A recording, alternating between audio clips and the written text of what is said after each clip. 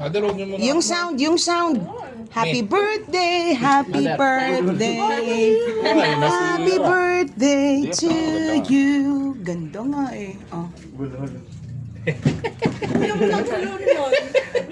Bakit? Ganda nga eh. Bulong. Ayan ang tawag nila sa kanya eh. Bulolong. Si Tita Kleng niya, yan ang tawag sa kanya. Yan ang tunay niyang mga magulang. Oh. Bulolong. Bilis, anak!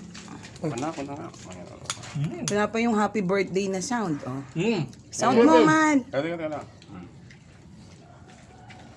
Dali. Happy birthday to you.